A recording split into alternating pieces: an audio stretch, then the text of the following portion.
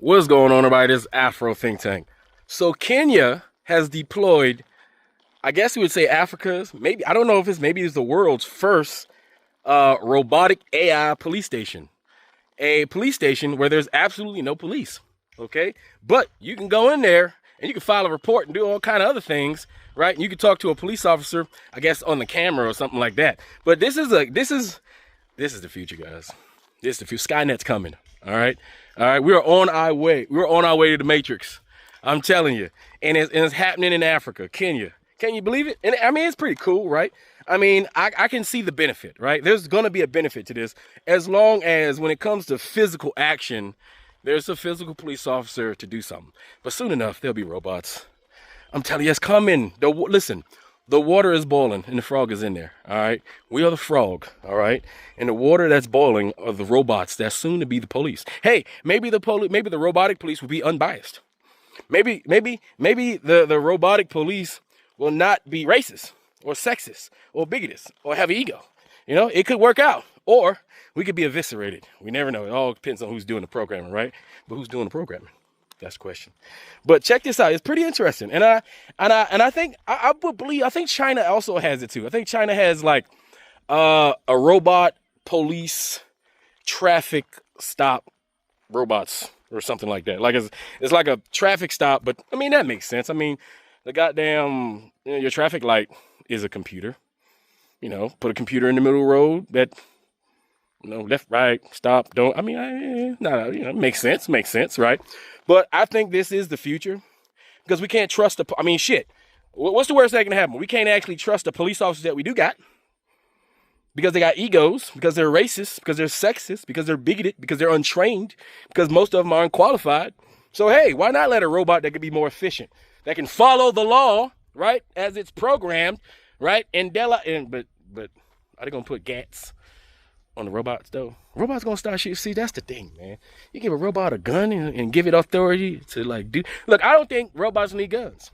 There's all sorts of non-lethal equipment that's out there that to me I don't understand why police officers are not using. I know Asia, they're kind of ahead of the game in there. They got all kind of goddamn nets, guns and shit, and non-lethal ways to capture people who are wielding guns and wielding. If a robot, we don't care about the robot getting shot, so the robot don't need a gun. It needs a way to stop the individual. And I think we can do that. And I think if we figure that out responsibly, I think that would make law enforcement a lot safer for law enforcement officers, the ones that are qualified to actually do the job, right? And it'll make it safer and fair for compatriots, who have to deal with these things in these certain situations. Anyway, check this out. Pretty interesting. You see, y'all think that Africa is just not doing stuff. It's because they don't advertise it. You'll see robotics conventions and things in Europe and America and Asia, and y'all don't think you think this big old continent with all these geniuses that seem to work for all these multi-billion-dollar corporations that work in China, the Europe and America. You think that there's not a couple African corporations doing the same thing, throwing tech events in Africa? You're sadly mistaken. It's just that they don't want to show you that Africa is on the come up. All right. But anyway, without further ado, check this out. Tell me what you think in the comment section. It's Afro Think Tank. Learn something, teach something. I'm out. So you walk into a police station to make a report. When you get there, no one's at the desk. No police officers, no paperwork, everything is automated. I was at Ethiopia's first smart police station. It's an unmanned, fully digital facility designed to let citizens access police services without face-to-face interaction. Well, not physically at least. This pilot project was launched in Addis Ababa and it's part of a broader push to modernize public services. But how does it work? If somebody have any issue, he'll come here, he'll report directly. No police around here. Just he call to police officer to the center, and immediately he responds. If there is any issue, we have patrols around the station. We inform to them to support the report for the reporter. Like many big cities, Addis Ababa deals with crimes such as theft and fraud.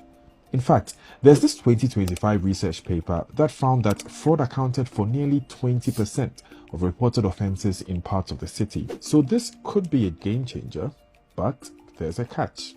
1 in 5 Ethiopians were using the internet by the end of 2025, even though the country had more than 93 million mobile connections. Safe to say, not everyone is digitally savvy. So, is Ethiopia's smart police station the future of policing?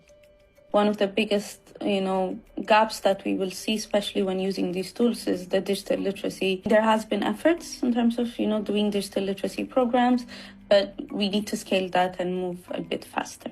For now, traditional stations are still open and they're working alongside the smart police service.